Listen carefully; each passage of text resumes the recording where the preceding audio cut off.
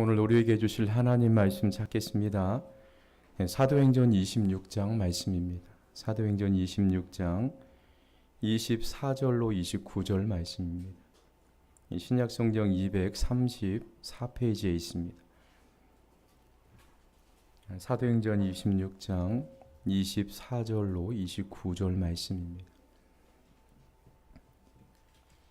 우리 24절로 29절 말씀 한 목소리로 함께 봉독하시겠습니다.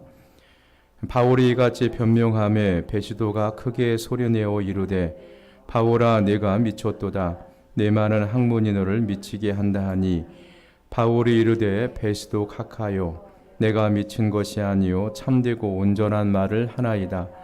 왕께서는 이 일을 아시기로 내가 왕께 담대히 말하노니 이 일을 하나라도 아직 지지 못함이 없는 줄 믿나이다. 이 일은 한쪽 구석에서 행한 것이 아니니이다. 아그리파 왕이여 선지자를 믿으시나이까? 믿으시는 줄 아나이다. 아그리파가 바울에게 이르되 네가 적은 말로 나를 권하여 그리스도인이 되게 하려 하는도다. 바울이 이르되 말이 적으나 많으나 당신뿐만 아니라 오늘 내 말을 듣는 모든 사람도 다 이렇게 결박된 것 외에는 나와 같이 되기를 하나님께 원하나이다 하니라. 아멘. 우리는 보통 겉과 속이 다른 사람을 보고 위선자라 그렇게 이야기를 하죠. 우리가 다른 말로 표현하게 되면 일관성이 없다는 거죠. 겉으로 보여지는 것과 또 마음속에 있는 것이 다르고 또 말하는 것과 또 행동이 다른 것, 뭐 이런 것을 위선이다, 위선자다 이렇게 이야기를 해요. 목사인 저도 말과 행동이 좀 다를 수도 있고 또 겉모양과 또 속모양이 다르게 비춰질 수도 있습니다. 그러니까 오늘날 목사와 교인들이 세상으로부터 욕먹는 가장 큰 원인도 이런 일관성의 결여 때문이라고 말할 수 있을 것입니다. 그런데요, 오늘 본문에 나오는 이 사도 바울의 일생을 우리가 한번 살펴보시면요, 사도 바울의 일생이 우리에게 던져주는 감동 중 하나는 그는 삶으로나 신앙적으로나 늘 일관성을 유지하고 있다는 것입니다. 사도 바울이 회당에 들어가든지 법정에 서든지 그의 삶의 모습은 언제나 한결같다는 것입니다. 우리는 환경에 많은 영향을 받게 되죠. 우리보다 내가 저 사람보다 좀 낫다 이렇게 생각하는 사람에게는 내가 좀 당당해지고 상대방이 나보다 훨씬 잘 나간다, 나보다 강하다. 그러면 우리는 그 사람 앞에서 위축될 수가 있습니다. 그리고 우리가 복음을 전해도요, 좀 나보다 조금 내가 저 사람보다는 좀 낫지. 이런 사람들에게는 강하고 담대하게 믿음을 표현하지만요, 나보다 사회적인 신분이라 여러 가지가 좀 괜찮다. 이런 사람들 앞에서는 내가 위축되어서 복음을 제대로 전하지 못하는 그런 경우를 우리가 경험할 수가 있습니다. 그러니까 우리가 환경에 이만큼 많이 지배를 받고 있다는 거죠. 그런데 이 사도 바울이라는 분은요, 이 환경에 절대로 지배를 받거나 그의 삶과 믿음이 흔들리지 않는 항상 일관성을 가지고 하나님을 섬기는 그런 분이었습니다. 그러니까 이 사도 바울의 일생을 생각할 때마다 큰 도전이 되고 나는 사도 바울처럼 살 수 없을까? 이런 고민에 빠지기도 합니다. 이 사도 바울이 지금 예루살렘에서 우리가 지난번 쭉 살펴보았듯이요, 유대인들에 의해서 결박을 당한 후에 유대인들이 사도 바울을 죽이려고 하니까 로마 군병들이 로마 병영이 있는 총독부가 있는 가이사랴로 사도 바울을 호송하죠. 그리고 자그마치 이 가이사랴의 로마의 감옥에서 2년 동안 재판을 받는 그런 죄수의 몸으로 생활하게 됩니다. 그러나 이 사도 바울의 재판을 받으면서도요, 예수 그리스도의 증인답게 그가 서 있는 모습을 볼 수가 있고, 그를 심판하는 재판하는 왕 앞에 총독 앞에서도 담대하게 복음을 증거하는 그런 내용이 오늘 본문의 말씀입니다. 유대 총독으로 새로 부임한 베스도가 아그리빠 왕과 그의 누나 버니게까지 참석한 그런 재판 자리에서도 조금도 위축됨이 없이 당당하게 최고의 권력자들에게 복음을 증거하는 그런 사도 바울의 모습을 우리가 찾아볼 수가 있습니다. 바울은 지금 재판 중에 있습니다. 재판이 굉장히 중요하죠. 자기 앞에는 왕과 총독이 앉아 있고 그 옆으로는 내노라 하는 권력가와 유명한 인사들이 전부 배석해 있는 자리에서 그는 담대하게 복음을 증거합니다. 사도행전 25장 23절 말씀해 보시면요. 이튿날 아그리빠와 버니게와 크게 위험을 갖추고 와서 천부장들과 시중에 높은 사람들과 함께 접견 장소에 들어오고 베스도의 명으로 바울을 데려오니 이 바울을 재판하려고 재판장에 세우는 그런 모습입니다. 이 자리에서 사도 바울은요, 복음을 전하면서 결박된 것 외에는 나와 같이 되기를 소원합니다. 이런 유명한 말을 해요. 재판 중에 복음을 전한 바울에게 아그리빠 왕이 이런 얘기를 해요. 아그리빠가 바울에게 이르되 네가 적은 말로 나를 권하니 그리스도인이 되게 하려는도다. 26장 28절에 그런 말을 하죠. 자, 이것은 우리나라 성경에 보면 좀 점잖은 표현이지만 영어 성경이라든가 다른 번역서에 보면 비웃는 투로 네가 적은 시간에 나를 설득해서 예수 믿게 하려느냐 이렇게 비웃는 투로 얘기를 하는 거예요. 아그리빠의 이 말을 들은 사도 바울이요.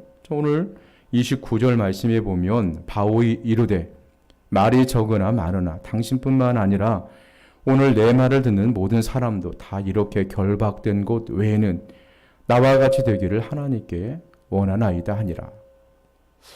자, 바울이 손을 번쩍 들어 올리면서요. 이렇게 결박된 것 외에는 나와 같이 되기를 하나님께 소망합니다. 자, 여러분 모두가 내가 이렇게 결박된 모습 위에 내가 강하고 담대하게 하나님을 믿으면서 내가 저 결박된 몸이지만 하나님의 나에게 주신 소망을 끊어버릴 수 없고 하나님 때문에 가슴이 뜨겁고 하나님 때문에 우리는 이 평강의 삶을 함께 누리기를 원합니다. 이렇게 강하고 담대하게 많은 사람들 앞에 증거하는 바울의 모습을 볼 수가 있어요. 자, 제소가 지금 재판석에 있는 판사들과 총독과 왕을 상대로 해서 자, 이렇게 담대하게 말할 수 있는 것은요, 굉장히 의외이고 담대함을 볼 수가 있어요. 그러니까 우리의 상상을 초월하는 일이죠. 자, 결박한 쇠사슬이 이 사도 바울의 영적인 자유와 평강을 빼앗지 못하고 있는 것을 보게 됩니다. 그의 열정, 하나님이 그에게 맡겨주신 사명을 결박하지 못하는 이런 사도 바울의 모습을 볼 수가 있어요. 왕과 총독의 위엄과 권세가 그의 용기를 꺾지 못하고 또 있는 모습을 볼 수가 있어요. 이 본문을 읽을 때마다요, 참 가슴이 뜨겁기도 하고 감동을 받는 그런 모습이에요. 우리는 항상 그러잖아요. 조금만 돈이 없어도 그 불안 때문에 하나님이 주시는 평강을 잃어버립니다.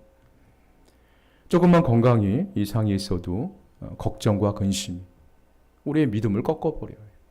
하나님께 나가는 담대함을 쉽게 잃어버려요.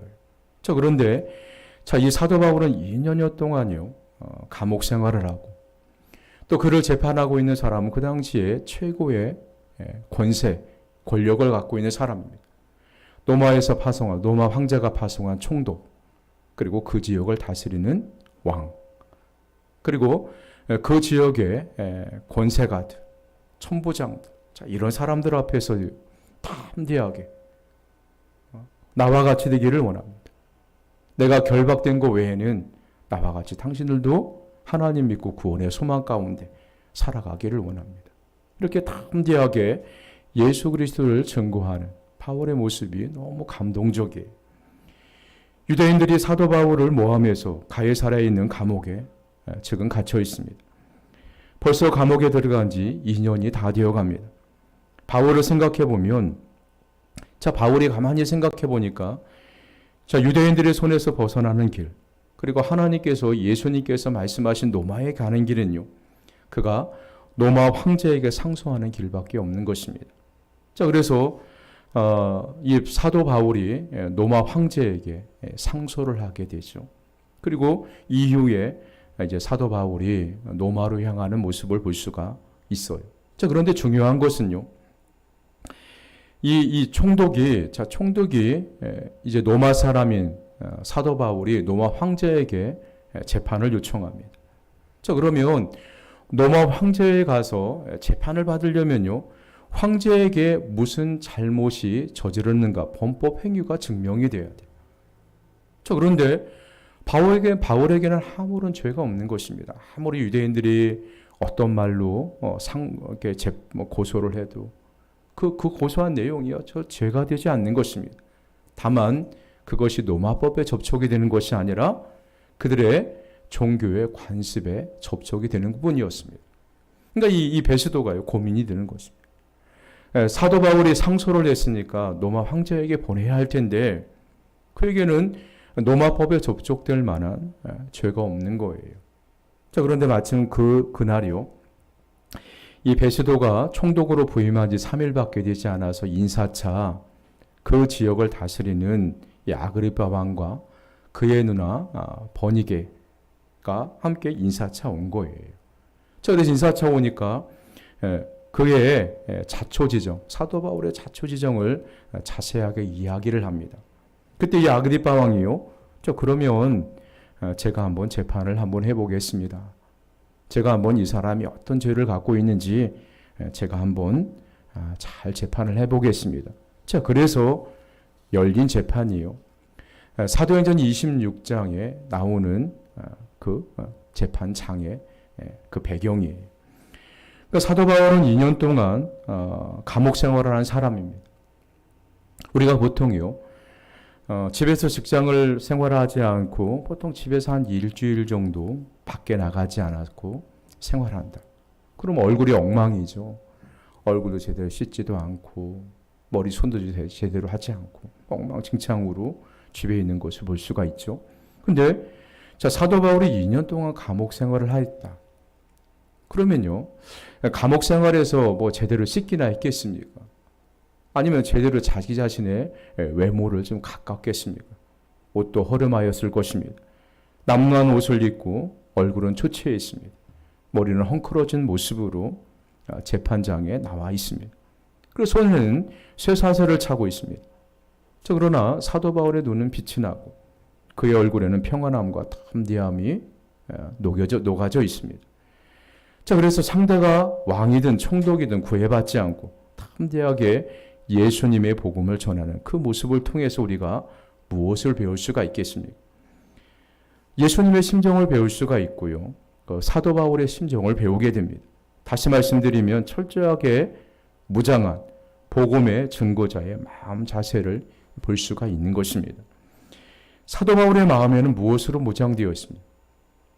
오늘 29절 말씀에 보면 무엇으로 무장이 되어 있기에 그는 어디서 누구든지 어떤 환경에 처해 있든지 일관성 있게 복음을 전하고 일관성 있게 복음의 삶, 믿음의 삶을 살아갈 수 있는지를 우리가 알 수가 있는 거예요. 흔히요, 우리가 언어라는 게 있습니다. 말이라는 게 있죠. 말이 얼마나 중요하다는 것을 저와 여러분은 잘 알고 있어요. 근데 이 말이라는 것은요, 우리가 그냥 쉽게 툭툭 내뱉는 것 같지만요, 말을 통해서 사용되는 언어 자체가요, 우리의 마음과 굉장한 관계가 있어요. 그러니까 내 마음에 뭐로 채워졌냐에 따라서 그 언어 선택이 된다는 것입니다. 반복되는 언어를 자주 사용하게 되어 있는 거예요. 그래서 어떤 사람은 예를 들어서 좋은 집에 살기를 원한다. 그러면요, 말하는 것마다 말끝마다 항상 집 얘기를 해요. 좋은 집 얘기. 어떤 사람은 맛있는 것 먹는데 최대의 인생의 관심사다. 아름다운 옷을 입고 또 돈을 많이 버는 것이 그의 최대 인생사, 관심사다. 그런 말끝마다요 옷 얘기하고 맛있는 음식 얘기하고 돈 얘기하고 주식 얘기하고 그럴 수밖에 없는 거예요.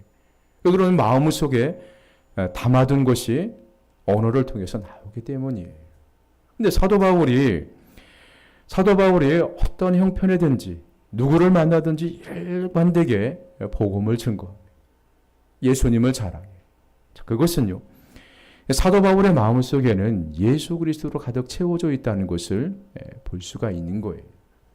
그러니까 누구를 만나든지 어떤 환경에 처해 있든지 그런 일관성 있게 복음을 증거하는 삶. 그리고 일관성 있게 믿음의 삶을 살아가요. 자, 오늘 이 본문의 말씀을 29절 말씀을 통해서요. 사도 바울의 마음에 한 세 가지로 무장하고 있음을 우리는 볼 수가 있습니다.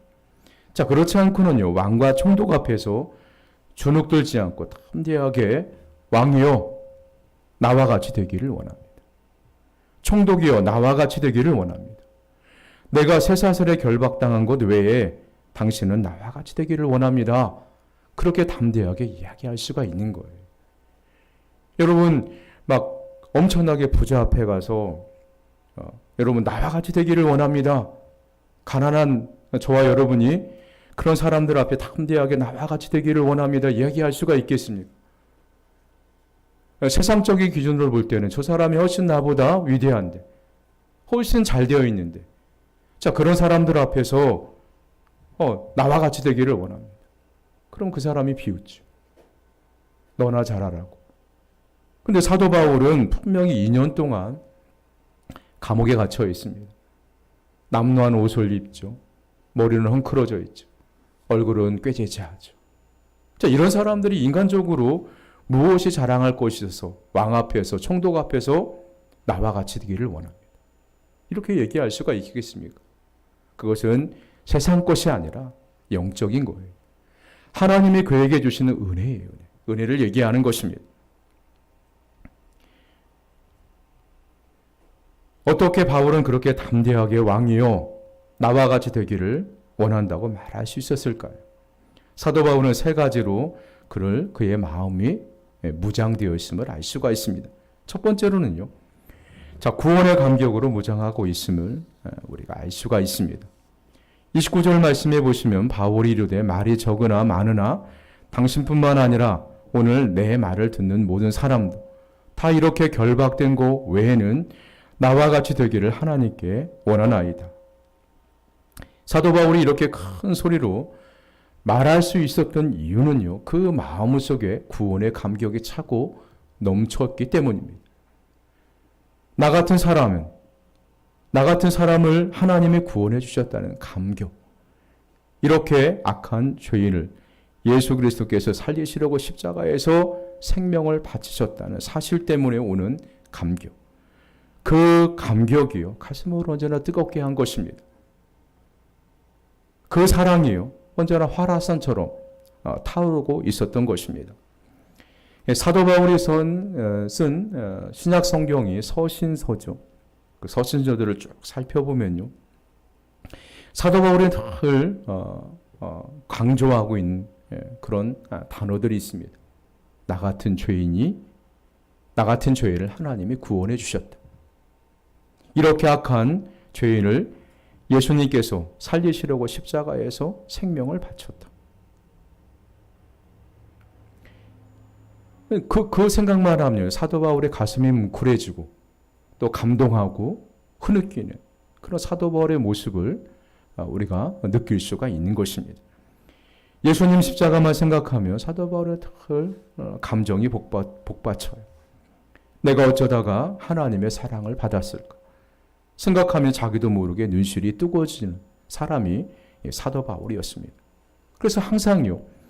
이 사도 바울의 서신서를 읽다 보면 나는 회방자예요.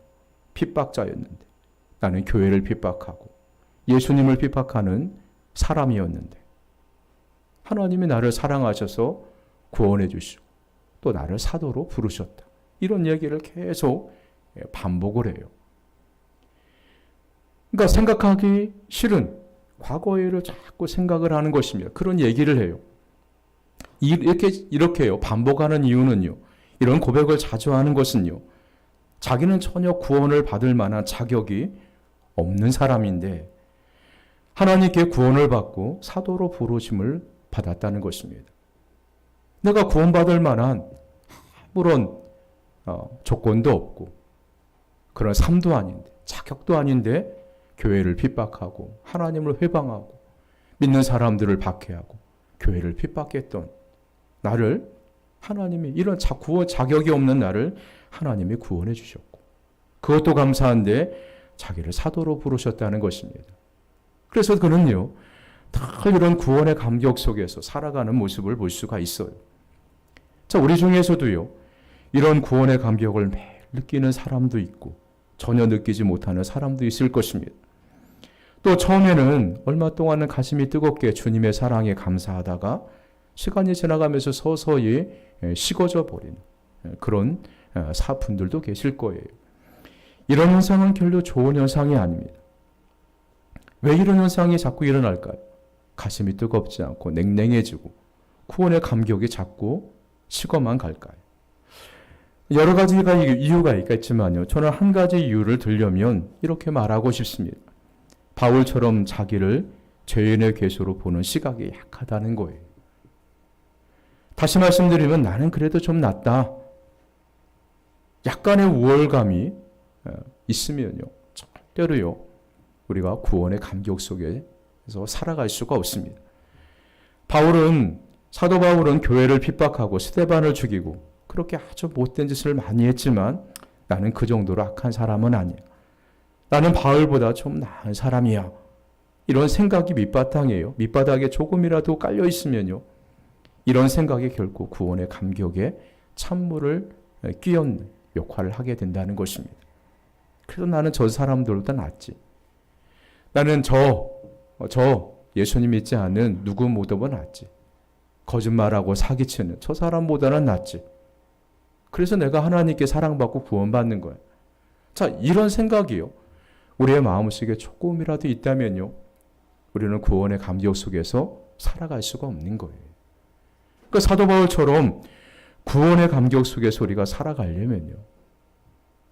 나는 구원받을 만한 그런 자격도 없고 나는 하나님 앞에 사랑받는 자격도 없는 나를 하나님이 사랑해 주시고 나를 구원해 주시고 나를 구원하시기 위해서 예수님이 십자가에서 죽으셨다는 그런 마음 자세가 없으면요. 우리는 구원의 감격 속에 살아갈 수가 없는 거예요. 그래서 사도 바울은요. 그런 항상 구원의 감격 속에서 살아갔던 사람입니다. 그러니까 누구를 만나든 간에 어느 환경을 만나든 간에 예수님을 전합니다. 그리고 자기가 경험했던 구원의 감격을요. 모든 사람들에게 전하는 삶을 살았던 것입니다. 그러니까 우리가요. 다시 한번 구원의 감격을 식어진 우리의 구원의 감격을 회복하고 믿음의 열정을 회복하면요. 누구에든지 강하고 담대하게 예수님을 증거하는 삶을 살아갈 수가 있는 것입니다. 예수님을 자랑하는 삶을 살아갈 수가 있는 것입니다. 사도 바울처럼 다시 한번 우리가 회복해야 할 것이 무엇이냐면요. 나 같은 죄인을 살려주신, 나 같은 죄인을 사랑하신, 나 같은 사람이 구원을 받았다는 그런 구원의 감격을 회복해야 된다는 것입니다. 저와 여러분 모두가 다시 한번 이 말세 지말에 구원의 감격을 회복하는 복된 삶을 살아가시기를 주님의 이름으로 간절하게 축원드립니다. 또 두 번째로요. 우리가 사도 바울이 왜 이렇게 일관성 있게 강하고 담대하게 예수님을 전하는 삶을 살아갈 수가 있었냐면 그는요. 영적인 긍지와 자존심으로 무장하고 있었다는 것입니다. 재판석에 앉아있는 왕이나 총독이요. 지금 제수로 서 있는 바울과 인간적으로 생각하면요. 비교 대상이 아니죠. 그들과 비교해서는 사도 바울은 너무 초라해 보입니다. 또 현실적으로 볼 때 그들과 비교해서 무엇을 자랑하고 무슨 긍지를 가질 근거가 전혀 없어 보여요. 그럼에도 불구하고 바울은 조금도 기죽지 않습니다. 조금도 그들을 부러워하는 기색이 없어요. 자, 우리는요. 우리보다 돈을 많이 번 사람, 좋은 집에 살아가는 사람들 앞에서 은근히 우리가 기가 죽어요. 왠지 그 사람과 비교해서 내가 뭔지 뒤떨어지는 것 같죠. 그 사람들 앞에서는 우리가 자랑할 것이 없는 것처럼 느껴지고 초라하게 느껴진다는 것입니다. 자, 그런데요. 자, 사도 바울은 인간적으로 총독이나 왕 앞에 그 재판 자리에 배석해 있는 사람과 비교하면요. 자랑할 것이 아무것도 없어요. 뭐 노인이죠. 그리고 허름한 옷을 입죠. 가진 것이 없죠. 뭐 자랑할 것이 있겠습니까? 자, 그런데 이 사도 바울은 그들이 가지고 있는 세상적인 것 조금도 부러워하지 않고 나는 하나님의 자녀. 나는 하나님이 나를 부르신 하나님의 사도이라는 그런 영적인 그런 자긍심, 그런 자존심을 가지고 그들에게 세상 것 부러워하지 않고 하늘나라 바라보면서 강하고 담대하게 복음을 전했던 것입니다. 그래서 말이 적으나 많으나 당신뿐만 아니라 오늘 내 말을 듣는 모든 사람이 다 이렇게 결박된 것 외에는 나와 같이 되기를 하나님께 원하나이다. 이렇게 이야기할 수 있었던 것입니다. 이 말 속에 담겨있는 바울의 가슴 속에 있는 영적인 긍지를 볼 수가 있는데요.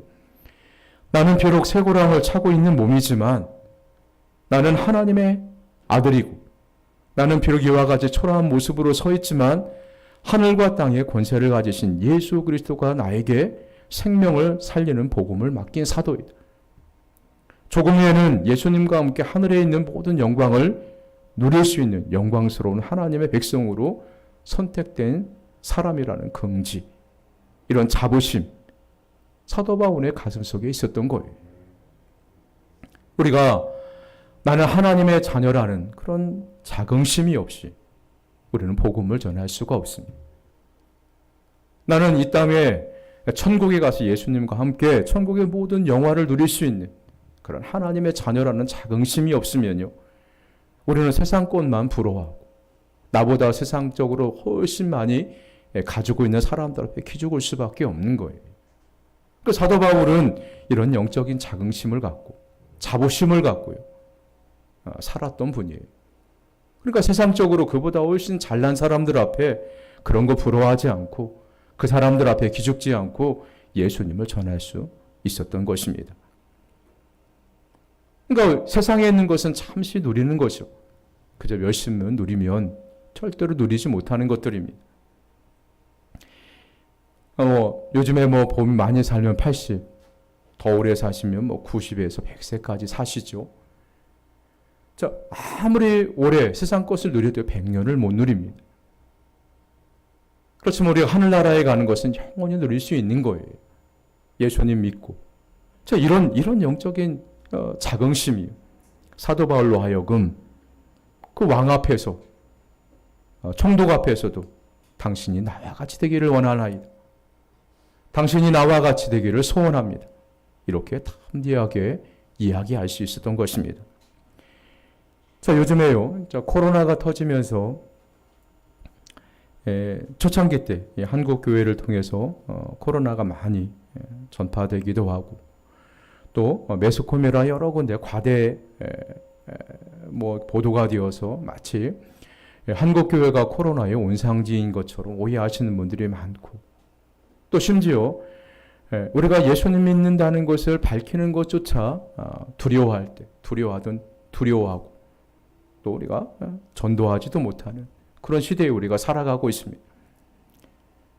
어떻게 보면 우리가 영적인 자긍심이 많이 떨어진 시대에 우리가 살아가고 있죠. 믿음의 긍지가 많이 떨어져 있는 시대에 살아가고 있습니다. 현대를 살아가는 우리 그리스도인들이요, 이 믿음의 긍지가 많이 없는 것 같아요. 근데 우리가 성경에 보면 믿음의 선배들, 한국교회의 초창기 믿음의 선배들은요, 우리와 같지 않았습니다. 가난하게 살면서도 믿음으로 늘 당당했습니다. 예수 믿는 것 때문에 그들은 늘 얼굴을 당당히 들고 그리고 복음을 증거하고 많은 사람들에게 예수님을 자랑하는 그런 긍지를 갖고 살았습니다. 그런데 요즘에는 그런 모습을 찾아보기가 쉽지 않아요. 왜 그러냐면 우리가 믿음의 긍지, 영적인 긍지가 그만큼 떨어져 있다는 증거입니다. 그래서 우리가 다시 한번 이 코로나 시대에 우리가 회복해야 할 것이 무엇이냐면 믿음의 긍지. 나는 하나님의 자녀이다. 내가 지금 세상적으로는 비록 많이 갖고 있지는 못한다 할지라도 자랑할 것이 별로 없지만 그래도 하나님이 나를 사랑하시고 내가 이 다음에 천국 가며 하늘과 땅을 지으신 하나님과 함께 세상에 있는 모든 것을 다스릴 그런 하나님의 아들이다. 하나님의 자녀라는 그런 믿음의 긍지를 갖고 살아가시기를 바랍니다. 이런 믿음의 긍지가 없으면요, 우리가 담대하게 세상을 살아갈 수가 없는 것입니다. 또 한 가지는요, 우리가 사도 바울의 29절의 본문 말씀해 보시면요, 나와 같이 되기를 원한다는 그런 사도 바울의 담대한 말 속에는요, 불쌍히 여기는 연민의 정으로 마음을 무장했음을 볼 수가 있습니다. 그 재판석에 참석한 모든 사람들이 쇠고랑을 찬 나의 모습 외에 나와 같이 되기를 원합니다. 그렇게 강하고 담대하게 외쳤던 것은요, 그의 마음속에 그 재판석에 참석한 하나님을 알지 못하는 사람들을 불쌍히 여기는 마음이 있었기 때문에 그런 선포가 가능한 것입니다. 겉으로 보기에는 바울이 훨씬 불쌍한데 세상적으로 보면 불쌍하지 않는 사람에게 말이 적으나 많으나 당신뿐만 아니라 오늘 내 말을 듣는 모든 사람이 다 나와 같이 되기를 원합니다. 당신도 나와 같이 되기를 원합니다. 그 마음이 무엇이겠습니까? 그들을 향하여 애타는 연민의 마음이 있다는 것을 느낄 수가 있는 거예요. 히브리서 9장 27절 말씀해 보시면요, 하나님이 우리에게 무엇이라고 말씀하시냐면요, 한 번 죽는 것은 정하신 것이요 그 외에는 심판이 있으리니. 하나님을 알지 못하는 사람은요, 그 심판이 무엇인지를 잘 몰라요. 그런데 우리 예수 믿는 사람은요, 그 심판이 무엇인지를 알아요. 세상 사람들은 영적인 눈이 어두워서 하나님의 심판을 잘 몰라요. 심판이 있다는 것조차 모르고 살아가요. 죽으면 끝이지. 무슨 천국과 지옥이 있어. 이런 생각을 가지고요, 세상을 살아가는 사람들이 태반입니다. 자, 그러나 세상을 만드시고 인간을 만드신 하나님은 분명히 우리에게 말씀해 주고 계십니다. 죽음 다음에는 하나님의 심판이 기다리고 있다. 에스겔 18장 23절 말씀해 보시면요, 주 여호와의 말씀이니라.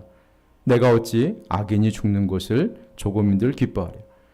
그가 돌이켜 그 길에서 떠나 사는 것이 어찌 기뻐하지 아니하겠느냐. 자, 여기서 죽는 것은요, 심판을 받는다는 거예요. 자, 하나님은 세상에 있는 어떤 사람도요, 하나님 앞에 심판받는 것을 원치 않으세요. 그럼에도 불구하고 세상 사람들은 하나님의 심판을 의식하지 않고 살아갑니다. 자, 바울은요, 그 재판을 주심이었던 아그리빠 왕, 로마 총독이었던 베스도, 그리고 아그리빠 왕의 누나인 버니게를 쳐다보면서 그들이 나중에 당할 하나님의 심판을 바라보게 된 거예요. 그러면서 아이고, 나를 못 살게 구니까 잘 됐다. 자, 그렇게 생각하는 것이 아니라 그들을 바라보면서 가슴 아픈 연민의 정이 나온 것입니다. 저들도 구원받고 예수님 믿고 구원받아서 하나님의 심판을 면해야 할 텐데, 천국에 가야 할 텐데, 저렇게 살다가 죽으면 하나님의 심판을 받아 지옥 갈 수밖에 없는데, 이런 불쌍한 마음이 든 거예요. 그러니까 그 재판석 자리에서 하나님의 말씀을 전하면서 나와 같이 하나님의 자녀가 되기를 원합니다. 나와 같이 구원받은 백성이 되기를 원합니다. 나와 같이 천국에 가는 그런 하나님의 백성이 되기를 간절하게 소원합니다.